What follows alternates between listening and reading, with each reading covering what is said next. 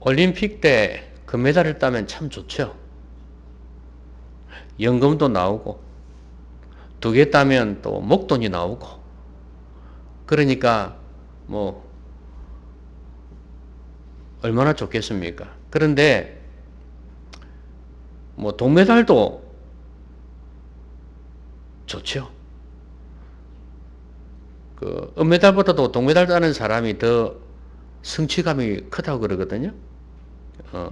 기쁨이 더 크대요. 그런데 동메달과 4등과의 차이, 금메달과 은메달의 차이가 뭘까요? 뭐 때문에 그런 차이가 생기는 걸까요? 그야 물론 실력이겠지. 그런 생각이 들죠. 그러면 이제 그 실력을 결정하는 것, 그 점수를 결정하는 건 뭘까요? 선수의 실력이긴 하겠죠. 가장 중요한 건 실력이겠죠. 그런데 실력이란 것은 늘 움직이는 거예요. 그래서 이 실력이 그 사람의 마음 상태, 정신 상태에 의해서 좌우되는 경우도 많아요. 거기에는 이제 또 감정도 있겠죠. 경기 전에 누구하고 싸웠다. 아주 뭐 화가 나가지고 있었다. 그러면 지장을 받겠죠. 그리고 그 선수의 태도입니다. 자세. 이것이 그날의 성적을 결정할 수 있어요. 평소에도 그 자세와 태도, 정신 상태, 정신적인 자세, 이런 것들이 참 중요하거든요. 그런데 또 그날따라 또 안 되는 경우도 있을 수 있어요. 자세가 풀려버리는 경우죠.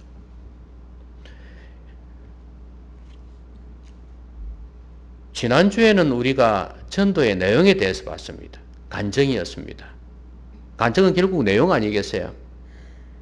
다른 사람들에게 복음을 전할 때 내가 이런 사람이었는데 이런 과정을 거쳐서 예수님을 믿고 이렇게 변했다.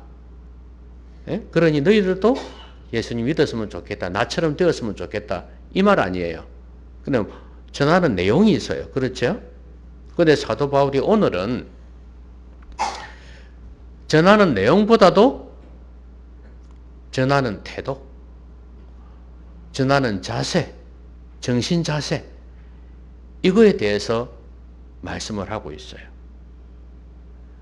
사실 이게 오히려 어찌 보면 더 중요할 때가 있거든요.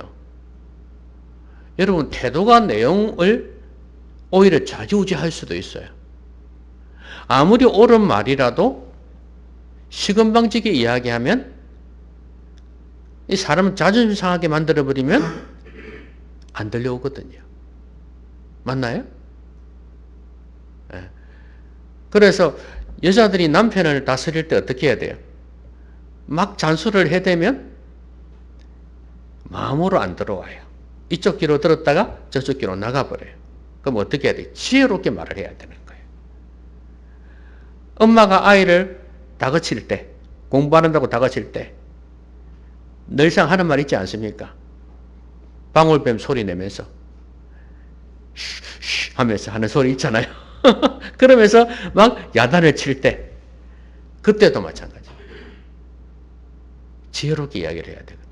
그러니까 말하는 태도가 참 중요하거든요. 그럴 때 이제 제대로 들어올 수도 있고 안 들어올 수도 있는 거거든요. 이 전도도 마찬가지입니다. 내가 다른 사람에게 복음을 전할 때 어떤 태도로 하느냐가 참 중요하거든요. 거기에는 그 사람들이 듣기 좋게 한다는 그런 차원뿐만 아니라 반감을 사지 않게 한다는 그런 차원만이 아니에요. 내가 이 일을 지속할 수 있는 힘, 정신력, 의지력, 그리고 하나님 앞에서의 소명, 이런 내적인 태도로 이야기하는 거예요. 이게 잘 되어 있으면 전도하는데 큰 보탬이 되고 힘이 됩니다. 저는 오늘 바울이 이 많은 무리들 앞에서 계속 지금 복음을 전해오고 있거든요. 그러면 이 바울이 가진 태도가 뭐냐 이거예요. 어떤 태도로 전도를 하고 있느냐 이걸 좀 살펴보려고 합니다. 오늘 본문을 읽을 때 원래 23장 1절부터 되어 있지만 지난번에 끝난 게 22절, 22장 21절까지 읽었거든요. 이제 그 뒤에 내용부터 시작이 되어져요. 근데 이제 오늘 마지막 절 30절에 이튿날 천부장이 유대인들이 무슨 일로 지금 바울을 고발하고 죽이려고 하는지 그걸 좀 더 알고 싶다는 마음이 들었어요. 그래서 결박을 풀어줬습니다. 요거 뭐라 그럽니까 이거? 요즘 말로 결박 말고 이거 뭐라 합니까? 수갑. 수갑을 갖다가 딱 이제 풀어주고요. 제사장들과 온 공회를 모았습니다. 이 쉬운 일이 아닌데 천부장이니까 할 수 있는 거 아니겠어요? 다 모았어요. 모아가지고 도대체 너희들이 뭐 때문에 그러는지 한번 드러나 보자. 이래가지고 바울을 딱 앞에 세웠어요. 그래서 바울이 이제 공회를 주목해서 막 이야기를 하는 거죠. 바울은 이때가 기회다 싶었겠죠. 안 그렇겠습니까? 근데 오늘 천부장이 지금 이렇게 이야기하기 전에 어떤 사건이 있었냐 하면 유대인 무리들이 바울을 죽이려고 그랬잖아요. 그때 이제 세상에서 없애버리자, 살려둘 자가 아니라 이렇게 해가지고 떠들며 옷을 벗어 던지고 티끌을 공중에 날렸다 그랬어요. 그러니까 막 살기 등등한 거죠. 이놈 자석 죽여버려야 되겠다 이렇게 했겠죠. 그래서 이제 천부장이 바울을 끌고 갔는데, 영내로 끌고 갔는데 이제 안 되겠다. 바울 이놈을 좀 신문을 좀 해야 되겠다 이거예요. 분명히 저 사람들이 저렇게 미쳐 날뛰는 모습을 보니까 이놈이 무슨 죄를 짓기는 지었는 모양인데 이런 생각이 들어서 묶어놓고 이제 채찍질하면서 신문을 하려고 하는 거예요. 우리 옛날에 조선시대 때 그런 거 많이 있었잖아요. 그죠? 뭐 조선시대 때만 있었습니까? 군사 독재 시절도 많이 있었지. 그런데 묶어놓고 이제 채찍질하며 신문하라 했는데 그때 바울이 그 백부장한테, 이제 천부장보다 좀 밑에 있는 사람이죠. 장교한테 너희가 로마 시민된 자를 죄도 정하지 아니하고 채찍질할 수 있느냐? 이렇게 이제 질문을 던진 거예요. 어떻게 이게 생각이 났는지 몰라요. 갑자기 이 생각을 했겠죠. 예? 그 백부장이 이제 듣고 천부장한테 갔어요. 천부장님, 이 사람 로마 시민이라는데요? 로마 시민권 갖고 있다는데요? 뭐 천부장이 자기도 돈 주고 샀거든요. 자기도 로마 시민이라. 로마 군대니까 당연히 그렇겠죠. 그래서 너 진짜 로마 시민 맞냐? 맞다니까요? 그래. 나는요, 처음 날 때부터 로마 시민이에요. 그러니까 우리 경상도 말로 맞나? 이렇게 된 거예요. 나는 돈 주고 샀는데 이렇게 된 거예요. 니는 아예 신분이 나보다 낫구나. 이제 이렇게 생각이 들었겠죠? 그러면서 이 사람이 두려워서 감히 이제 때리지를 못하는 거죠. 그래서 신문하고 때려서 뭔가를 받아내려고 했는데 그러지 않고 이제는 오히려 공회, 온 공회를 모아가지고 거기에서 이제 이야기하게 한 거예요. 바울은 참 기회를 활용을 잘하는 사람이에요. 앞에서도 그랬잖아요. 기회가 생기면 어떻게 했다고요? 복음 전했어요. 자신의 간증을 했어요. 안 그렇겠습니까? 내가 확실히 예수 믿은 경험이 있으니까 전하고 싶지 않겠습니까? 예? 여러분, 아주 헐값에 좋은 물건 샀으면 여러분을 자랑하고 싶지 않겠습니까? 또 누가 좋은 선물을 줬다 했을 때도 마찬가지죠. 자랑하고 싶지. 입이 간질간질하지. 그렇죠? 내가 이 좋으신 예수님을 만났는데 내 죄를 용서받고 내가 진짜 유대교에서 하나님 믿는다고 했지만 엉터리였다는 거. 진짜 내용이 있는 신앙을 갖게 됐다는 거예요. 종교 생활이 아니라. 이제 내가 이렇게 변했는데 안 전하고 싶겠어요? 그러니까 이 사람은 막 기회만 되면 복음 전하고 싶은 거야. 이게 중요한 포인트예요. 전도가 있는 성도가 되려면요, 기회를 잘 활용할 줄 알아야 돼요. 여기에는 뭐가 필요해요? 지혜가 필요해요. 제가 저번에 세월을 아끼라는 단어 기억나십니까? 에베소서에 나오는 말씀. 세월을 아끼라 때가 악하니라. 그 말씀 있었잖아요. 그 세월을 아끼라는 게 뭐라고요? 하나님의 기회가 되게 하라 그랬잖아요. 기회를 사라 그랬단 말이죠. 근데 그 앞에 구절이 어떤 구절이 있냐면, 그러므로 너희는 이 세상에서 어떻게 행할 것을 자세히 주의하여 그랬어요. 어떻게 행할 것을 자세히 주의하여 지혜 없는 자같이 하지 말고 지혜 있는 자같이 하여 세월을 아끼라 이렇게 되어 있어요. 그러니까 무슨 말이에요? 세월을 아낀다는 것은, 하나님의 기회를 산다는 것은 지혜가 있어야 된다는 거예요. 이 자체가 지혜로운 행위이기도 하지만 지혜가 있어야 이걸 할 수 있다는 거예요.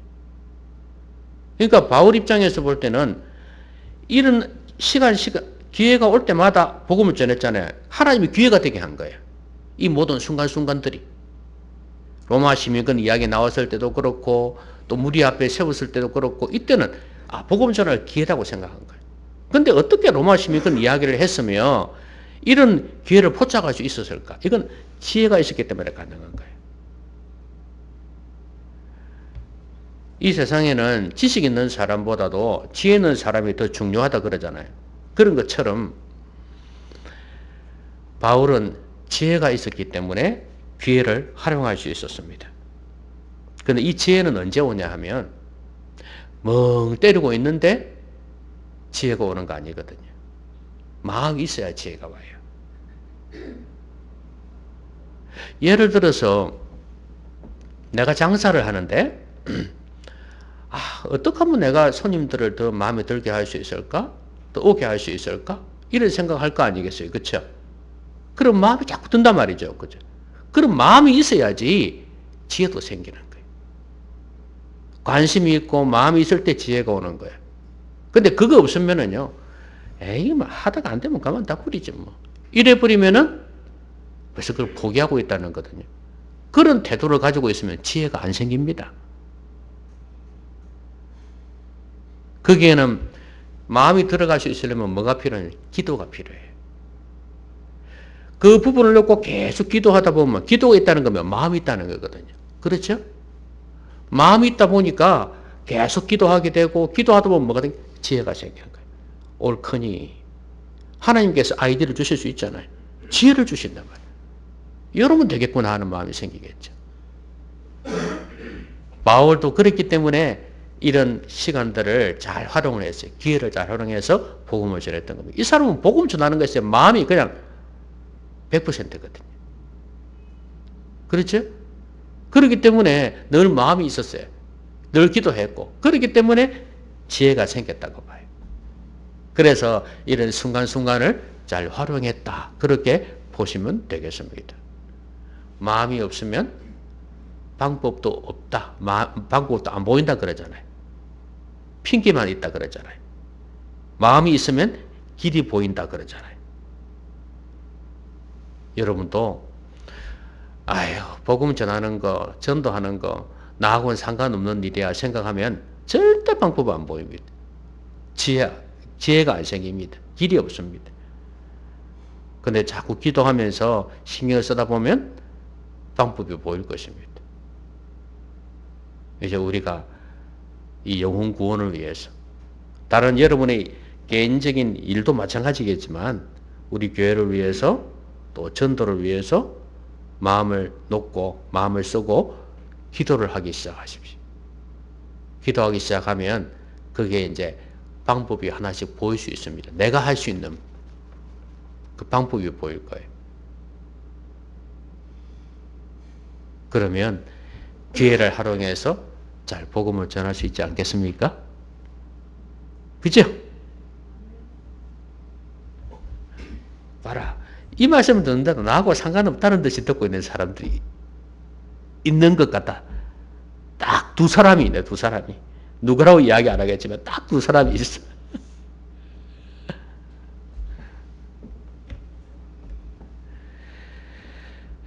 그 다음에요, 이제 사람들이 모였잖아요. 그죠? 다 모였어요. 그래서 이제 아나니아가, 대제사장 아나니아가 딱 중심에 있고, 그 다음에 공회원들이 있었어요. 자, 그런데 바울이 뭐라고 딱 그랬냐면, 여러분 형제들아, 이러면서, 오늘까지 나는 범사에 양심을 따라 하나님을 섬겼노라, 이랬거든요. 그러니까 대제사장이 옆에 있는 바울 옆에 있는 사람들한테 뭐라 그러냐?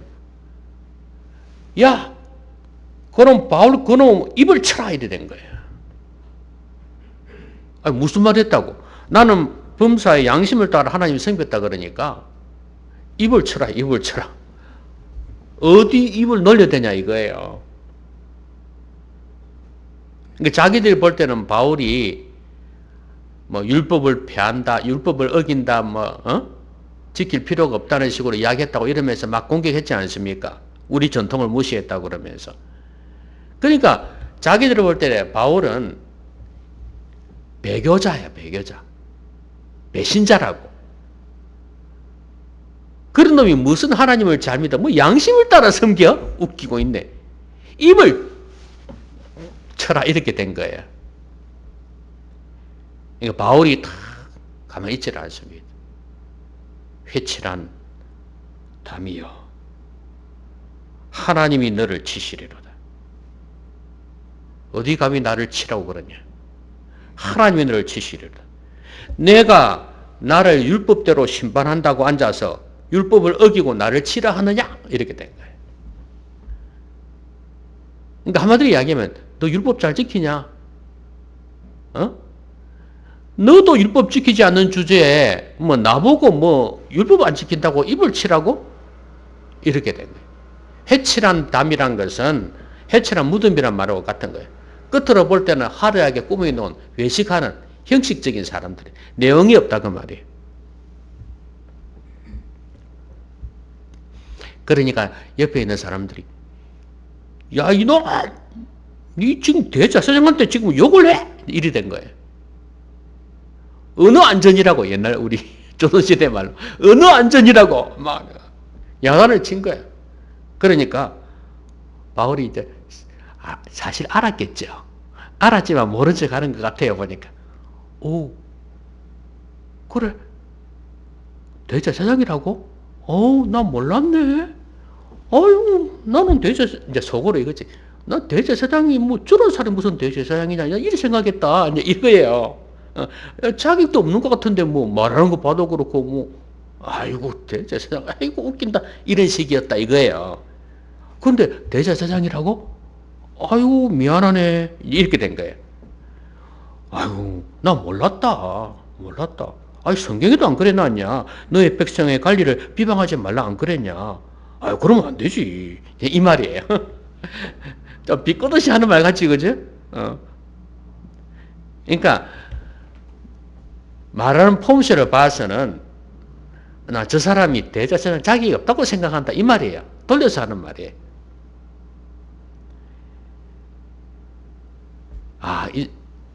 이걸 보면 바울이 어떤 태도로 지금 말씀을 전하는지 알 수 있겠죠. 그러니까 바울은 타협을 하지 않아요. 과감 없이 하나님 말씀을 전하고 있어요. 대제사장이라고 해서 겁내지 않는다 그 말이에요. 타협 없어요. 여러분 원래 하나님 말씀을 전할 때는 하나님 말씀에는 두 가지가 있습니다. 하나는 제사장적 메시지가 있고요. 제사장적 메시지. 또 하나는 예언자적 메시지가 있어요. 제사장은 제사를 드리는 거잖아요. 죄값을 대신해서 이렇게 해주는 그거잖아요. 그런데 제사장적 메시지라는 것은 뭐냐면 너 죄 지었어도 하나님께서 용서해 주신다는 그런 메시지예요. 그러면 예언자적 메시지는 뭐냐? 선지자적 메시지거든요. 여러분, 선지자들은 대부분 어땠습니까? 죄를 지적하는 거예요. 회개하라 이거예요. 이 두 가지가 다 필요하거든요. 근데 이 선지자적 메시지를 던지는 사람들이 많이 없어요. 그런데 바울은 이 두 가지를 다 합니다. 특히 이런 예수님도 그랬잖아요. 예수님도 그랬는데 이렇게 좀 신분이 있고 종교인들 있잖아요. 이런 사람들에 대해서는 과감 없이 그냥 타협 없이 던져버립니다. 이런 태도가 필요해요.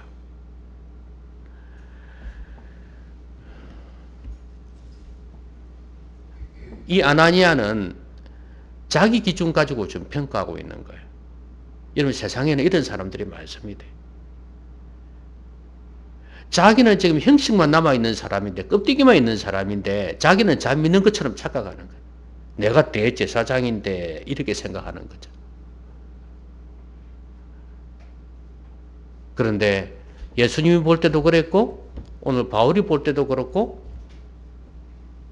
그뿐이었고, 실제로는 신앙생활 제대로 잘 하지 못하는 사람들이었어요. 그러니까 이 사람이 이렇게 판단을 하지. 입을 치라고 그러지.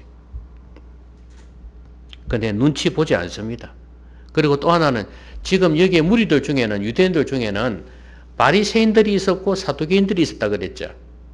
이 두 사람들은 늘 싸워요.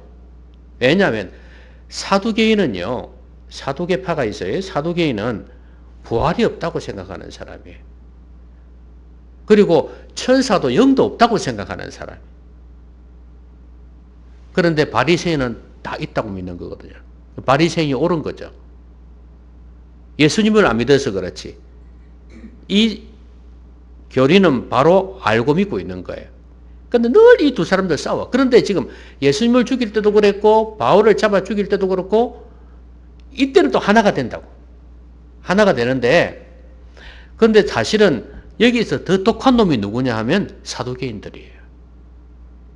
이놈들은 틈만 나면 바울을 잡아 죽이려고 그랬어요.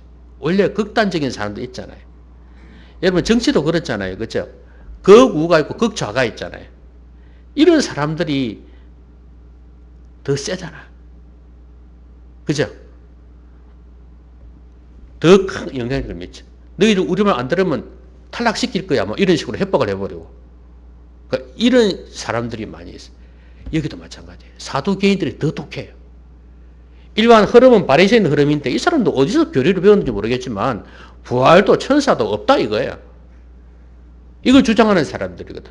그런데 이 사람들이 수는저 적은데 더 강한 거야. 그래서 바울을 잡아 죽이자고 몇 번 시도를 했었잖아, 앞에서. 그런데 바울이 이를 다 앞에 놓고 지금 내가 왜 이 고난을 받냐 이거예요. 나는 부활의 소망, 그러니까 예수님이 죽었다가 살아나신 이거 증거하다가 나 지금 이 감옥에 갇혔고 잡혀왔다 이거예요. 사두개인들은 신경도 안 쓰는 거예요. 사두개인들 눈치를 보면, 더 독한 놈들 눈치를 보면은 그 말 하면 안 되거든요. 그런데 그 앞에서도 가감없게 이야기합니다. 왜냐하면 예수님의 부활을 전해야 되니까. 그 당시에 제일 중요한 이슈가 예수님이 살아나셨다는 거거든. 부활이거든. 이걸 전해야 하니까. 나는 정치가들도 이런 사람이 있었으면 좋겠어. 예? 그 우파가 아무리 그래도 또 개딸들 같은 극좌파가 아무리 그렇게 협박을 해도 나는 바른 말 하겠다며 딱 했으면 참 좋겠어요. 예? 일본 극우에서 아무리 그래도 좀 야당이나 이런 데서 한국에 대해서 좀 바른 소리 했으면 좋겠다. 그 극우파에 대해서. 위안부 문제고 역사 이런 것들. 우리가 잘못한 거 맞잖아! 이렇게. 그런 사람이 있었으면 좋겠어요. 그래서 바울이 지금 그런 사람이에요. 그러니까 타협이 없어요. 여러분, 참 눈치를 보게 되면요. 할 말도 못하게 돼요. 여러분도 이 사람 저 사람하고 만나게 되고 가족이나 친척을 만나게 되고 친구들을 만나게 되고 그럴 건데 그때 여러분, 복음을 전할 수 있으려면요, 눈치를 보면 안 돼요. 이러면, 저러면, 어떻게 볼까? 이런 거 있잖아요. 그러니까 눈치 보면 안 돼요. 그들과 다 해보려고 마음먹으면 안 돼요. 왜냐하면 그들은 하나님 모르잖아요. 예수님 모르잖아요. 내가 예수님 믿게 된 게 뭐 우연히 된 겁니까? 이게 그냥 내가 선택한 종교적인 그런 생활입니까? 아니잖아요. 하나님의 은혜로 내가 거듭난 거야. 내가 주님을 믿게 된 거야. 하나님의 자녀가 된 게 이게 보통 일이 아니지 않습니까? 그들은 하나님을 몰라요. 예수님을 몰라요. 제대로 몰라요. 그러니 저런 소리 하지. 저렇게 살지. 나는 아는 사람 아니야. 다른 사람이란 말이에요. 그럼 자부심을 가져야지. 주인의식, 특권의식을 가지고 오히려 내가 이 사람들에게 하나님의 메시지를 전한다는 그런 마음으로 복음을 전해야 된다. 여기서 타협하기 시작하면 아무것도 못합니다. 그들의 비위를 맞추려고 하면. 그들이 듣고 안 듣고는 그들이 할 문제고, 우리는 우리의 책임을 다해야 되는. 바울이 이렇게 했다고 해서 뭐 다 믿었나요? 아니거든요. 그렇지만 바울은 복음을 전했잖아요. 그리고요, 마지막으로는 고난을 각오해야 돼요. 복음 전하려면. 전도하는 사람이 되려면 기회도 잘 활용해야 되고, 타협하지 않고 전해야 되고, 그 다음에 고난도 각오해야 된다. 여러분, 이렇게 복음 전하면 옆에서 이렇게 싫어하면 정말 힘들죠, 그죠? 제가 헬스장에서 러닝머신 하는 거 있잖아요, 그죠? 그거 하고 근력 운동 하는 것도 있거든요. 그거 하고 있는데, 어느 한 사람이, 한 젊은 사람이에요. 뚱뚱해가지고 막 깡패같이 생긴 놈이에요. 발을 갖다가 쿵쿵쿵쿵하면서 뛰는 거야. 옆에 사람들이 시끄러워가지고 죽으려는 거야. 나도 막 신경 쓰이고. 그래서 가가지고 소리 조금 낮춰주면 안 되겠냐 그랬거든. 그러니까 야가 부르고 화를 내면서, 왜요? 내가 뭐 잘못했는데 이리 나온 거야.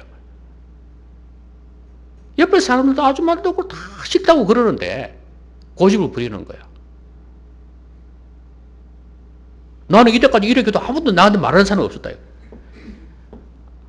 부딪히기 싫어서 안 하려고 그랬겠지. 이리 뛰면은요, 만약에 좀 소리 줄이면요, 내 무릎이 다친다고 그런다고. 나는 반대라고 생각하는데, 너무 그렇게 힘을 주면 오히려 무릎이 안 좋지. 쿡쿡 뛰면은, 지는 아니라는 거예요. 그래서 좀 있다가 성질 내면서 나가더라고. 내가 불렀어요. 옆방으로 딱 불러가지고, 딱 이야기를 하니까, 자기 잘못 없다는 거니까, 끝까지. 옆에서 이렇게 싫다는데도, 그 소리 난다 싫다는데도 그럴 거냐, 그러니까. 싫다는 거예요. 잘못 없다는 거예요. 그러면서 하는 말이 뭐냐면, 보십시오. 주차장에 칸이 있잖아요. 칸이 있는데, 내가 주차장에 차를 세울 때, 칸 안에만 넣으면 되는 거 아닙니까? 누가 내보고 뭐라 하겠습니까? 옆에 사람이 이렇게 내가 차를 삐뚤하게 세워가지고, 옆에서 문을 못 열어도 내 잘못 없잖아요. 이러는 거야. 그러면서, 그게 뭐, 몰라. 배려 차원이면 몰라도 이러는 거야. 바로 그거다, 내가 그랬지. 네가 바로 답을 했다, 이거야. 배려야, 배려 문제다. 이거 지금 우리가 니를 잘못했다고 지적하는 게 아니라 좀 배려 좀 해주라, 이 말이다. 그러니까 말을 못 하는 거야. 자기가 자기 한 말이 있으니까. 다른 사람도 배려하면서 살자, 이거야.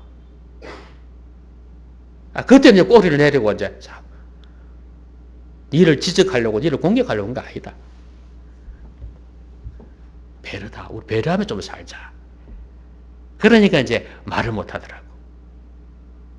그런데 가는 느낌이 보니까 그렇지 잘못 없다는 듯이 그래 가더라고. 남 배려하지 않는 게 잘못이에요. 자, 그리고 이제 내 혼자, 나도 운동하다가 제대로 하지 못하고 집에 와버렸어요. 와, 내가 괜히 이 소리 했나. 누군가 바른 소리는 해줘야 되는데. 그런 생각하면서, 야, 속이 상하더라고. 이제는 뭐 내 혼자 피해버려야, 그냥 나와버려야지. 이런 생각하다가도, 내가 부드럽게 했기 때문에 그 젊은이도 나한테 부드럽게 하긴 하더라고. 근데 이제 지 잘못을 몰라. 그래서 속이 상하면서, 오늘 말씀 있잖아요. 이걸 어제 묵상하면서도 연관이 되는 거예요. 복음 전할 때도 이렇게 했구나 싶은 생각이 드는 거예요. 여러분, 복음 전하다 보면 저쪽에 튕기는 사람이 있잖아요. 싫어하고 막 좀 짜증내야 하는 이런 사람이 있잖아요. 그럼 여러분 기분 어때요? 아까 제 기분처럼. 바른 이야기 해도 속이 쓰리잖아. 그쵸? 여러분, 복음 전하다 보면 고난이 이렇게 오는 거예요. 누가 뭐 때리고 이래서 고난이 아니라, 이게 마음이 너무 괴로워, 부담이 와. 왜냐하면 보통 사람은 어떻게 하냐면 그렇게 이야기하면 죄송합니다 하면서 손 낮추거든요. 이렇게 다 그랬거든요. 난 저런 친구를 처음 봤어요. 근데 여러분도 복음 전하다 보면 그런 사람이 있다니까요. 이렇게 보통은 뭐 좋은 거죠 뭐 이러면서 넘어가는 사람들이 있는가 하면 어떤 사람은 다 말꼬리 긁고 넘어지는 사람이 있어요. 왜요? 종교는 자유 아닙니까? 왜 그렇게 믿으라고 이야기하는데요? 막 이러면서 기분 나쁘게 이야기하는 사람이 있잖아요. 그러면 속이 쓰리지. 너무 힘들어. 거기에다가요, 한국교회 욕하고, 또 교회 다니는 사람 욕하잖아요. 그러면 그들의 죄까지는 내가 다 안고 가야 되는 거야. 그 자리에서. 그러니까 너무 마음이 아픈 거야, 그럴 때. 그래서, 이 복음 전하지 말아야지. 뭐 예수 믿는 이야기 해가 뭐 하겠노? 이런 생각이 든다니까. 바울은 얼마나 괴로웠겠어요. 바울은 죽이려고 달려드는데. 그런데도 오늘 마지막 절에 이랬잖아요. 그날 밤에 주께서 바울 곁에 서서 이르시되 담대하라. 내가 예루살렘에서 나의 일을 증언한 것 같이 로마에서도 증언하여야 하리라. 이거는 주님이 원하신다는 거예요. 우리가 앞에서 봤죠. 다른 제자들이고 사람들이 예루살렘에 가지 말라 그랬잖아요. 바울은 안 거예요. 거기에서 복음 전하는 게 하나님 뜻이었구나 하는 거 아는 거예요. 결박과 환란이 나를 기다린다 하시나 이걸 알았던 거예요. 그럼에도 불구하고 하나님은 가서 복음 전하기를 원하셨던 거예요. 그걸 바울이 한 거예요. 고난을 각오하고서도 간 겁니다. 나의 달려갈 길과 주 예수께 받은 사명 곧 은혜의 복음을 증거하는 일을 마치려 하면 나의 생명을 조금도 귀한 것으로 여기지 아니하노라.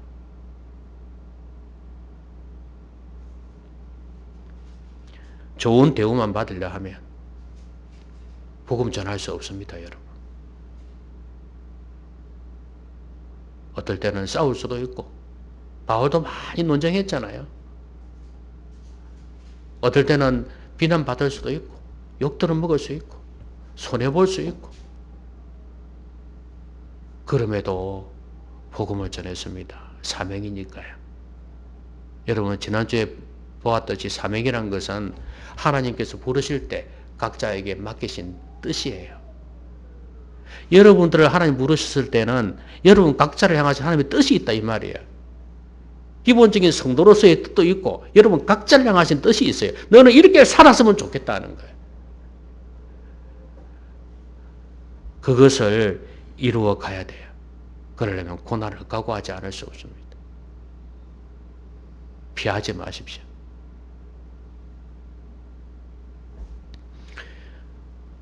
디모데 후서에 보면 바울이 디모데에게 이런 말을 합니다.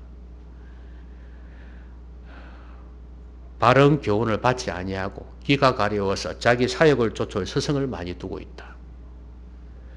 진리에서 돌이켜 허탄한 이야기를 쫓는 사람들이 많다고 그랬어요. 그렇지만 고난을 받으며 전도자의 일을 하며 내 직무를 다하라 그랬어요. 이게 고난이라는 겁니다, 여러분. 여러분, 저는 이렇게 쭉 시내를 걸어가다 보면 술집이 많거든요. 뭐 술집이라 해서 뭐 그렇게 구석진 곳에는 그런 술집 말고, 그냥 고기 팔고 술 먹고 하는 게. 뭐 고기보다 술을 많이 먹으니까 뭐 술집이지 뭐 고깃집이 아니라. 근데 중요한 거는 그 사람들을 보면서 다 여러 가지 생각을 하거든요. 걸어 왔다 갔다 하면서 운동하러 갔다 왔다 하면서 맨날 보니까 저 사람들은 그 밤 되면요 여자들도 술이 곤드레 만드레가 돼갖고 뭐 진짜 못 보겠어요. 토하는 애들도 있고 욕짓거리 하고 싸우는 애들도 있고. 그러니까 저는 이거 보면서 저 아들은 인생을 어떻게 살까? 학교 졸업하고 난 뒤에 고등학교 나왔든 대학교 나왔든 간에 저렇게 살면서 일하고 또 나가고 퇴근하고 난 뒤에 술 마시고 고기 먹으면서 사람들하고 이렇게 하면서 또 집에 갈 거고, 그죠? 밤 되면. 그 자고 또 직장 가고 이럴 거 아니겠어요? 그런 거 보면서, 저 사람들은 바르게 사는 것에 대한 어떤 가치가 없을까? 이런 생각을 해봐요. 고민을 많이 해봤습니다. 뭐 담배 피우는 애들도 너무 많고, 중간에는 그런 사람들이 많은 줄 정말 옛날에는 몰랐거든요. 너무 많거든요. 그런 사람들. 보면서, 야 그런데 그 말이 맞아요. 바울 말이 맞아요. 바른 교훈을 거부하는 사람들이 많아요. 바르게 살고자 하는 마음이 없어요. 근데 그걸 누가 가르쳐 주지도 않았고.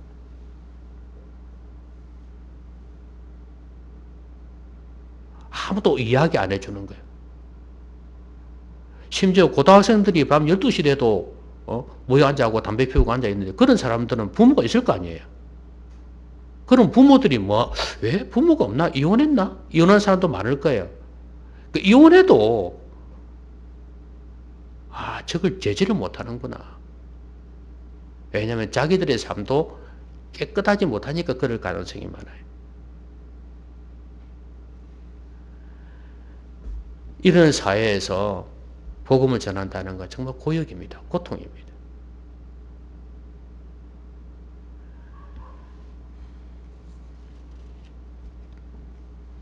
바른 메시지를 거부하는 이 시대에 복음 전하는 거 고통입니다. 그렇지만 이걸 우리가 해야 돼요. 어떤 모욕을 당할지 몰라요. 어떤 비난을 당할지 몰라요.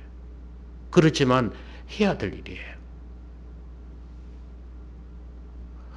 오히려 생각보다도 좋은 반응이 올 수도 있습니다. 나쁜 반응도 있지만 좋은 반응도 있어요.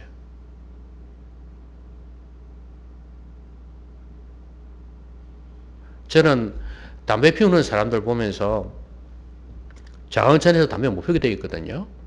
피우는 여자애들, 남자애들 가서 이야기를 해보면 애들 착해요. 잘 들어요. 제가 좋은 태도로 이야기해서 그런지 모르겠지만 이야기하면 잘 알아. 죄송합니다. 그러면서 답을 딱 꺼요. 그리고 제가 인생 교훈도 한마디 던져주거든요. 감사합니다. 이러거든요. 너는 분명히 더 훌륭한 사람 될 수 있다. 한번 끊어봐라. 그거하고 연관이 많다. 그러니까 끊어봐라. 그러니까 알겠습니다. 감사합니다. 이런 애들이 대부분이거든요. 근데 이때까지 그런 이야기를 해주는 사람들이 없는 거야. 내가 볼 때는. 다 피해버리고 손가락 짜고 욕하는 거야. 여러분 우리가 복음을 전하다 보면 막상 그냥 다 미워할 것 같고 다 싫어할 것 같지만 오히려 좋은 반응을 보일 수도 있다는 사실을 아셔야 됩니다. 안 좋은 결과도 있을 수 있어요. 그렇지만 그걸 각오하지 않으면 구두기 끝나면 장 못한 거잖아요. 그걸 각오하고 복음을 전해야 된다 그 말이에요. 피하지 마십시오. 시대가 아무리 이래도 좋은 태도로 사랑하는 마음으로 복음을 전하십시오. 저는 그런 애들을 볼 때 제 자식같이 여기고 하거든요. 그러니까 사랑의 마음이, 긍휼적인 마음이 있어요. 그러니까 저는 반응이 좋다고 봐요. 한 번도 그것 때문에 대적받아 본 적이 없어요.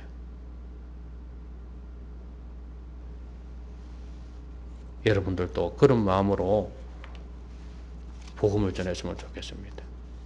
여러분 주위에 예수 믿지 않는다는 것은 지금 여러분들이 느끼는 것하고는 다릅니다. 우리 하나님이 보실 때는 이거 심각한 일이거든요. 죄 가운데 살아가는 거, 죄에서 벗어나지 못하는 거, 이거 보통 일이 아니고 지옥 가야 될 일이란 말이에요. 관점의 차이거든요. 그들은 잘못된 관점으로 보니까 그런 거예요. 뭐 종교적인 것 뿐이지 이렇게 생각하는 거예요.